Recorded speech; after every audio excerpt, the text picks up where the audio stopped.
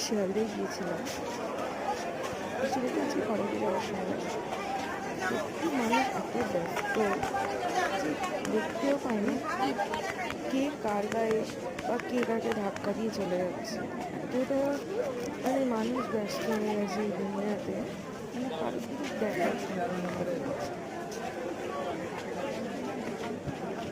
আগের শিয়ালদা স্টেশন আর এখন শিয়ালদা স্টেশন অনেক চেঞ্জ হয়ে গেছে। আগে শিয়ালদা স্টেশনে কোনো দোকান ছিল না, এখন শিয়ালদা স্টেশনে পুরো দোকান ভরে গেছে।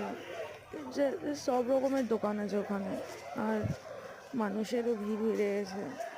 শিয়ালদা স্টেশন মেন স্টেশন, ওখানে ভিড় তো হবে, কিন্তু জাস্ট মানে মানুষকে দেখে মনে হচ্ছে মানুষ সত্যি কারোর দিকে খেয়াল করে।